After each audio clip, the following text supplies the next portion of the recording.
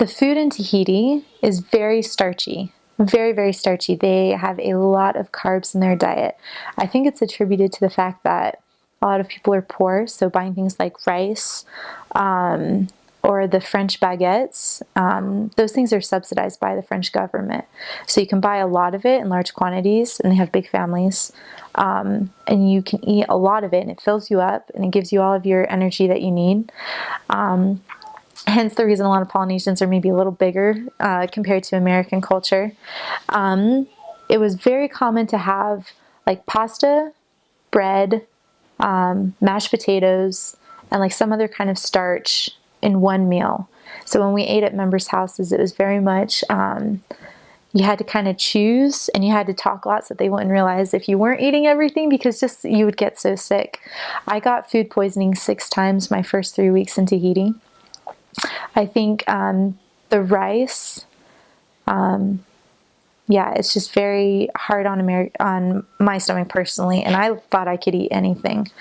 But one of the things important to understanding Tahitian food is that it is the mix of those 3 cultures: Chinese, French, and Polynesian.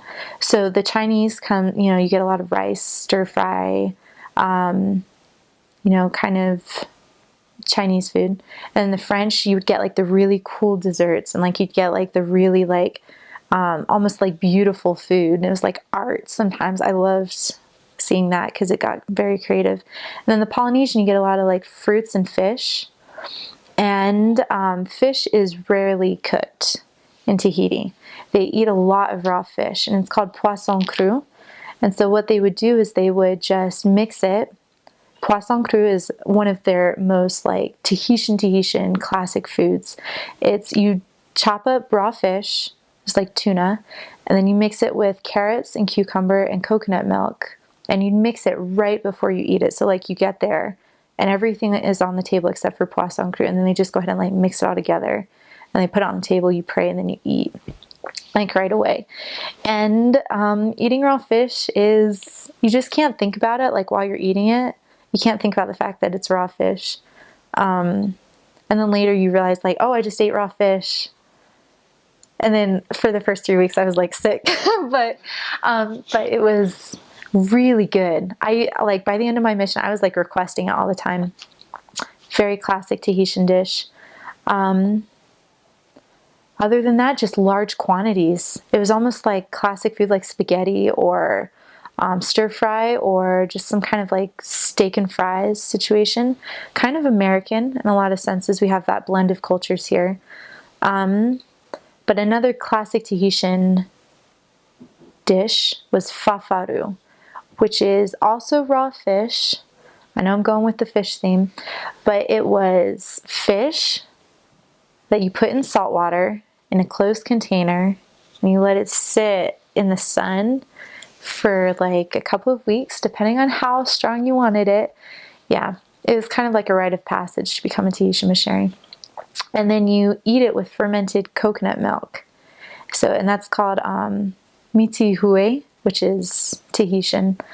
And you could smell it throughout like the entire neighborhood. So everyone knew when someone was making fafaru, and they made it all the time. They like it really salty. And you would just eat it as fast as possible. You wouldn't chew it, you just swallow it whole. And I only ate it once. I would have eaten it if it had been offered more often, but couldn't have handled it probably the first 6 months of my mission. And by the end of my experience as a Tahitian missionary, I felt like I could have eaten dirt and been fine. I felt like my immune system was just like the best of the best. And yeah, all the fruits there are just delicious and juicy and everywhere. Mangoes, bananas. Bananas are smaller and they're sweeter. Mangoes are just huge and juicy and just incredible. Pineapple, super sweet. Also smaller. It's almost like the fruit is smaller, and so it's like condensed, like the flavor and everything. Avocados were huge. Avocados were like this big. And you'd go to someone's house, and sometimes you'd be eating dinner, and then for dessert, they would say, okay, like what fruit do you guys want? and you just like look around their backyard and you see like papaya, mango, pineapple, banana. Like, oh, I'd love a banana. And they're like, okay, great. And they go and pick it off the tree for you, and then you just eat it. And it was crazy. It was so good, and it was so fresh, and it was free, obviously. Because for desserts in Tahiti, they don't like sweet things. Even the chocolate was very savory. There was pretty much no sugar in anything, which is hard because I love sugar.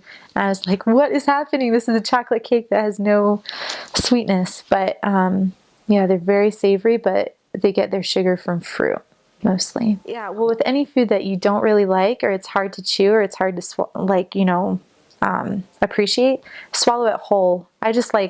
I got so good. I could swallow any pill. Like I can swallow a horse pill at this point. I could just swallow anything whole. Sea urchin was really, really weird for me. It was like the texture of like tongue. It was like a ball. It was like with like bumps, all over it. Really chewy. And I don't know if it was the way it was prepared or not, but it tasted like Windex. Like it was just like really chemical. And yeah, and it was like that the 2 or 3 times that I ate it. So I don't know what it was. I think sea urchin are poisonous, so I might have been eating poison. I'm not really sure. Still not sure what happened. I think you're protected as a missionary, so you can kind of have some leeway with that. But didn't like that particularly. And sometimes they would give you cooked fish, but like the whole fish. Like it's literally like they took it out of the ocean, they cooked it, and then they put it on your plate. So it had the eyeballs and like the jaw, like it was just a fish, and people would eat the eyeballs, and they tried to get me to eat the eyeballs, but that was kind of one thing I was like, sorry guys, that's not happening. I wish I could, but I'd probably like be sick right then. They really like suck the eyeball juice. With some smaller fish, you can eat the bones.